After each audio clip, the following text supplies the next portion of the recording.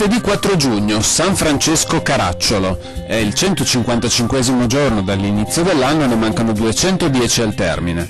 Il sole sorge alle 5:24 e tramonta alle 20:54. La luna si leva alle 6:24 e tramonta alle 21:58.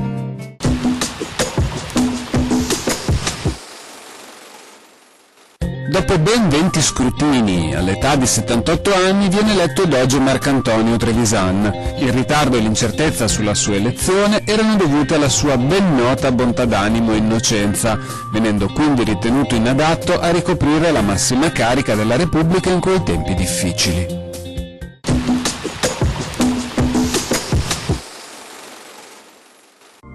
Le previsioni per domani. In pianura cielo da poco a parzialmente nuvoloso, con addensamenti pomeridiani sparsi più che altro sull'entroterra. In montagna discreta variabilità con spazi di sereno alternati a crescenti addensamenti specie sulle prealpi.